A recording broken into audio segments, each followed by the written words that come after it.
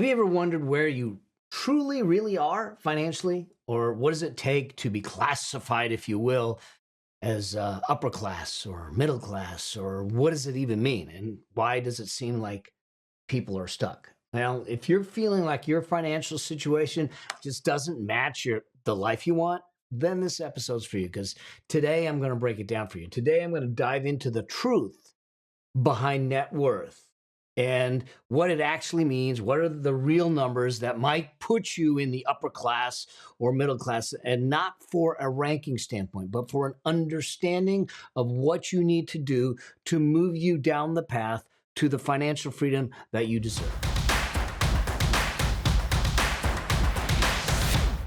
I want to have an honest conversation about net worth, not as a place of judgment because maybe your net worth isn't bigger than the next person or whatever, but as a tool to understand where you are financially and where you need to go financially. Because net worth is actually more than just a number. We'll talk about how the number calculates, but it actually allows you to understand what you need to do and the life that you want to have. So no matter where you are, no matter what the scale, no matter what the discussion, today's episode is all about clarity. It's all about you understanding. I'm going to talk about, what ranks as lower class, middle class, or upper class. None of that actually matters in the sense of I don't care where you're at. I care that you're in the game, and then we can move you from wherever you're at to wherever you want to be. That's the goal of the game. But I think we need to have a real conversation around this to do so. All right. So let's just talk generically about what is net worth and how do you calculate it? Well, net worth, simply put, net worth is everything you own, which we call assets. Okay. Everything you own minus everything you owe, which we call liabilities. Okay. And the net of that is net worth. Okay. Yeah. Listen, I get it. Your net worth, if you did that, you said, I'm going to add up everything I own. I mean, we're talking about home, cash, investments, clothing, cars, all that stuff. And then I'm going to subtract out everything I owe: mortgages, credit card debt, student loan debt, personal loans, those kinds of things, and see what's left. Now, y'all, I get it. Some of you might sit back and go, it's negative. It's okay. It's okay. I started negative. Okay. I had a heap of debt when I came out of college. I had a negative net worth. So it's not where you start. It's what you do from where you start and do that. So what I'd love for you to do is to take a moment and actually do the calculation and see where it's at for you. Now, there are different kinds of net worth, because one of the net worths that we track in any of my programs when I'm working with my clients, when we build their money machine master plan or in their money machine blueprint, all that type of stuff, we focus on investable net worth. That's the net worth that has the ability to support you in the future.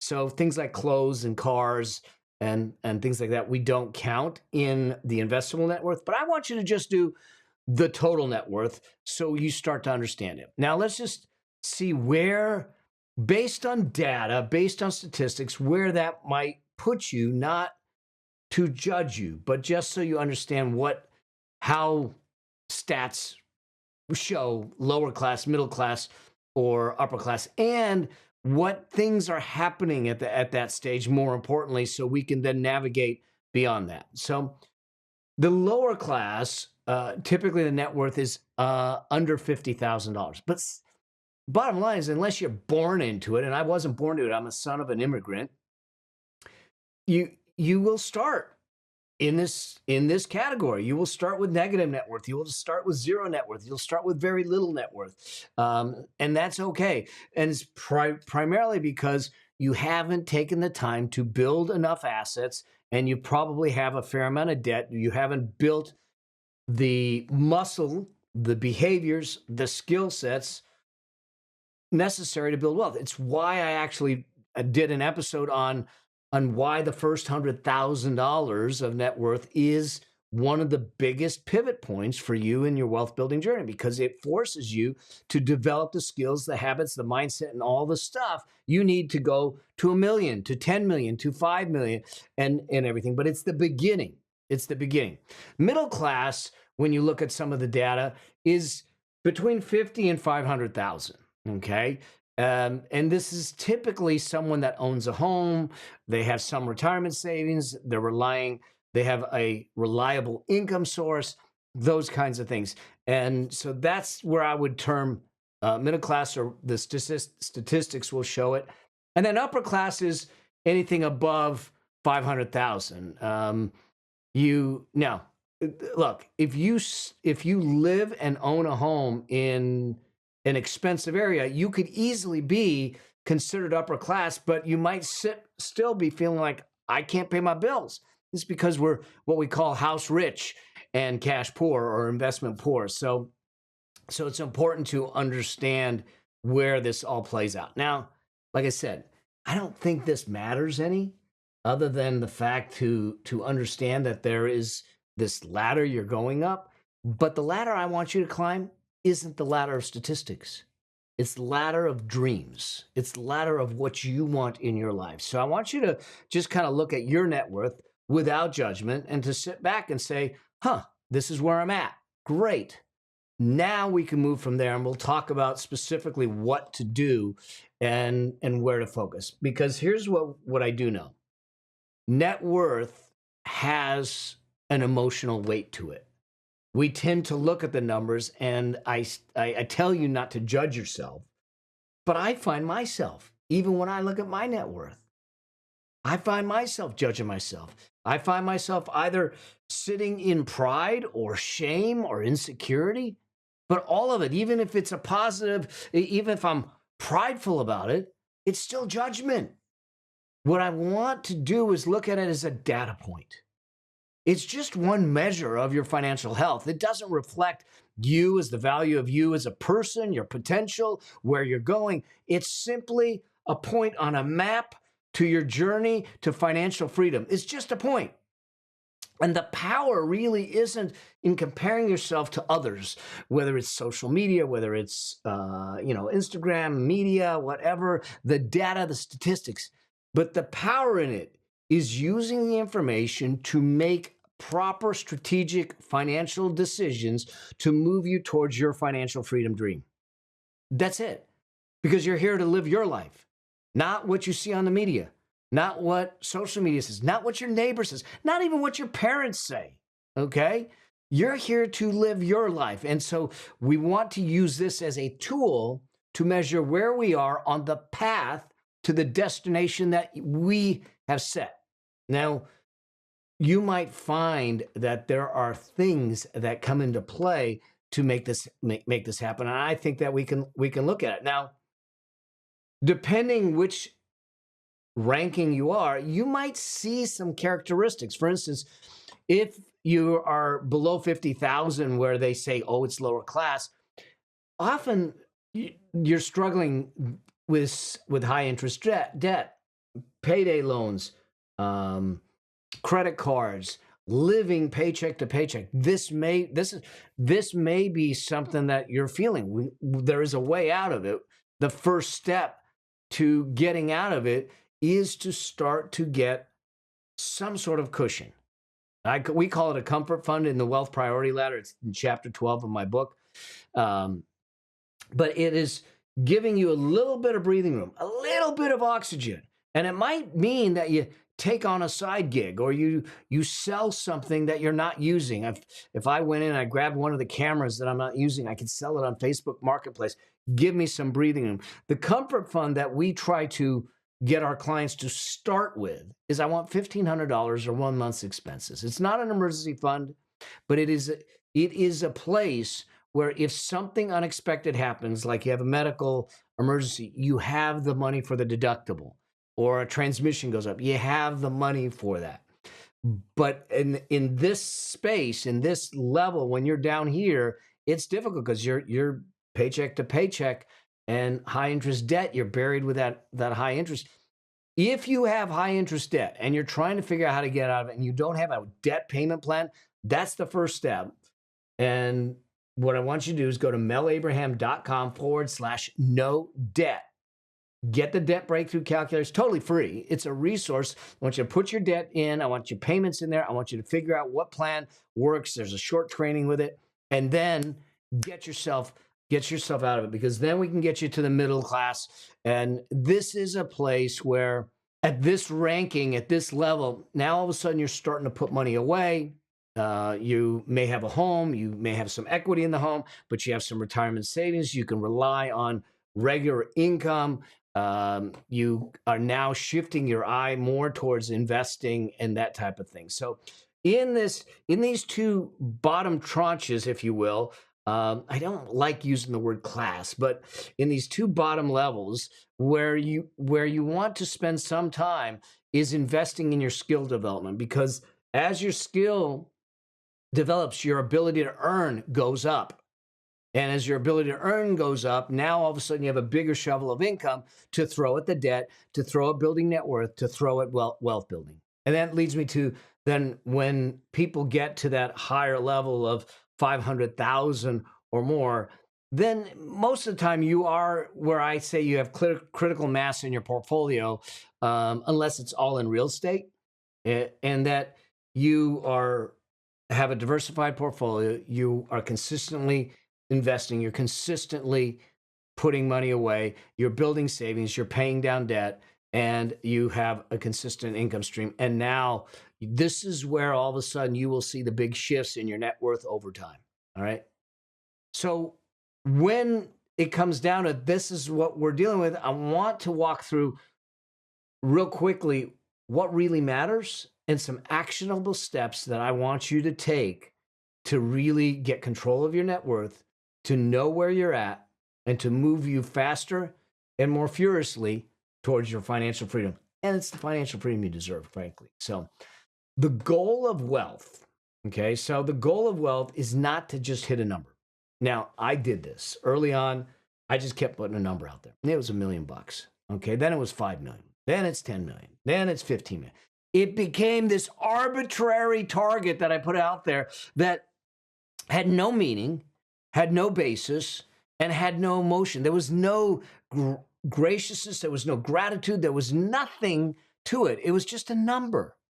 So the goal to wealth isn't just hitting a certain number, but the goal to wealth is to achieve financial freedom, to live a life of choice, to know that I have separated my ability to earn the efforts to earn it from the earnings themselves. In other words, I get to do this by choice. It's like I look at it, I'm blessed. I get to do this by choice. And I want you to do the same. We end up in that space. So the objective of building wealth is to have freedom of choice. And net worth can give you that. It's the ability to live the life you want, when you want, where you want, how you want. True wealth isn't defined by the bank balance. I tell people as I'm speaking, I said, you will not find the richness in your life in a bank account. You will find it in your heart, in your soul, in your purpose, and your dreams, okay? That's what it is. So true wealth is about having the freedom to pursue the things that are meaningful. Think about it this way. To give you a perspective of where most people are, 40% of Americans say that they would struggle to cover a $400 emergency expense without selling something, without going into debt, without borrowing. That shows that just taking small steps, building a comfort fund, building an emergency fund, following the wealth priority ladder is going to put you head and heels above the majority of the people out there. 40%. As soon as we have a comfort fund in place that can cover it, you're better than 40% of the people out there. All right?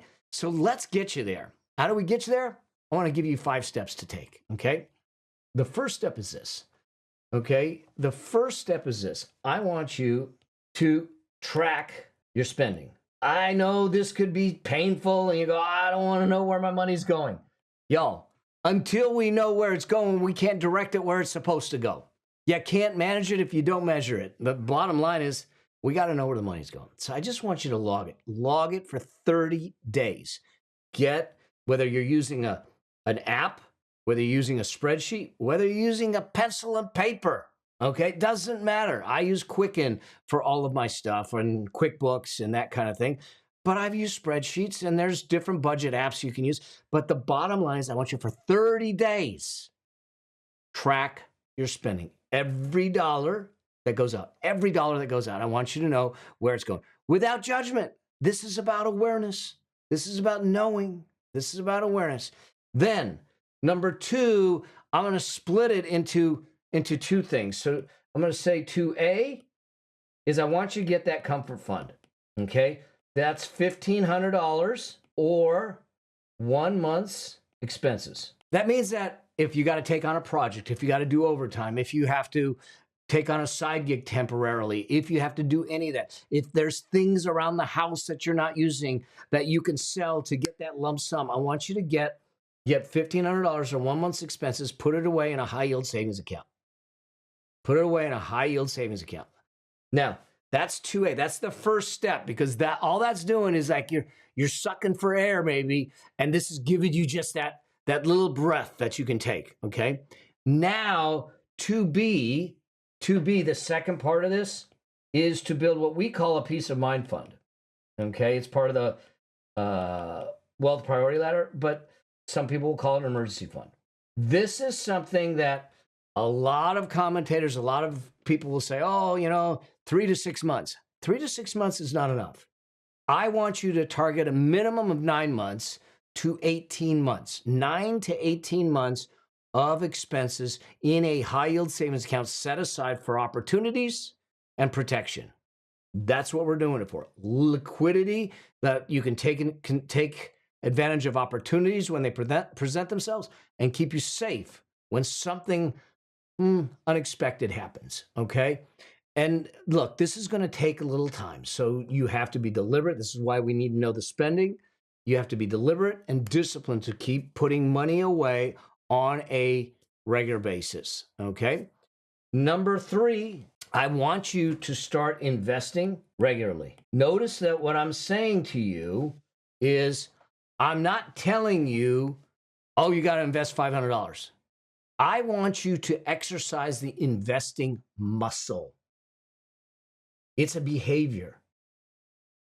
It's a behavior to make sure that you're investing. And so I don't care if it's $5. If all you can spare is $5, I want that $5 going into an account that you can invest into some sort of low cost, low fee ETF index fund. But what you're doing is you're exercising the habit, you're exercising the muscle, and you are creating the investing behaviors of someone that builds wealth. And over time, the $5 becomes 10, becomes 100, becomes 1,000, becomes 10,000. But if we don't start with the 5 because we think it's not enough, then what? We wait until we make more money. But what happens is that our spending, our lifestyle tends to expand to the money that comes in. I don't want to do that. That's why we have to start with a very deliberate effort of knowing where our money's going to make it happen. But I need you to get into the investing game, even if it's small. The key is that you are on the field. You're playing the game. You are investing on a regular basis. And then you look at it and say, okay. Along with investing, and I do this differently than most also, is I want you to pay down what I call destructive debt. Now, there are people out there that say you don't invest until you're out of debt. I don't agree with that, because your debt management muscle is different than your investing muscle. They're 2 different muscle groups. It's like the dude that goes to the gym and all he does is work his upper body. As long as he's wearing sweats, he looks fine. But when he goes out there in shorts, toothpick legs, big upper body. I don't want you to only know how to pay off debt. I need you to know how to pay off debt and manage debt, and to build wealth at the same time. So here's what I do and what I can tell people do. Let's assume that you have an extra $100, an extra $200. Let's call it $200 for this example. You have an extra $200. That $200, you can put it in investing and debt pay down. I don't care what the percentage is. I just care that you're doing both. You might decide to put 80% of it towards debt pay down and 20% towards investing. That's fine. You're exercising the muscle group. That's the key to doing it, that you're getting out of debt on a regular basis. And then the last piece, number 5, is I want you to skill up and diversify your income. Here's what I mean by this. The less dependent you are on a single stream of income, the more solid the foundation of your wealth building is. Okay. When I got diagnosed with cancer, there was certain streams of income that I shut down. I chose not to travel and speak. I chose not to do certain things. I shut it down. But I had other streams of income that picked up the ball and ran and was good for it. That's what we need to do.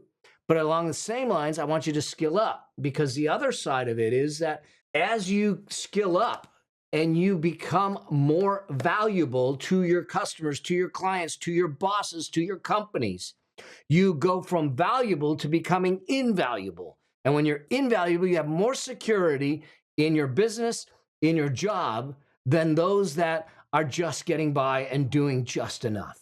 All right. Those are the 5 things I want you to start with. Okay. Remember this. The objective of building net worth is not to have a data point and statistic or to compare to others. It is a snapshot of where you are in that moment, and it is a reflection of your financial potential. It's going to allow you to focus on building that net worth over time in a way that's going to give you the financial freedom so you can live a life of choice. If you're not sure how to do it, y'all, it's a shameless plug, but get my book, Building Your Money Machine, because I break it down for you. I give you the systems, I give you the process, and I give you the frameworks to make it happen, okay? It's not just numbers on a balance sheet. It is your financial future on a map. That's what we're doing. That's what we're trying to do. And that's what you need to do to find your path to financial freedom. All right. I hope you found this helpful. I hope that this kind of puts things in perspective and allows you to take control of your financial future and say, I'm in the game now. I've got control. I don't care where I'm starting, but I care that I've started, and I'm going to keep going. Stay on this journey with me. I will help you every step of the way. I will keep putting content out there. If you have not subscribed to the channel, stay on the journey. Subscribe. Share it. Do this with someone else. Let's make it happen together, all right?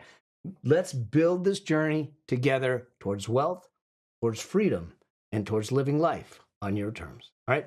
Till I get a chance to see you in another episode or on the road to financial freedom, as I always say, always strive to live a life that outlives you. The next one. Cheers.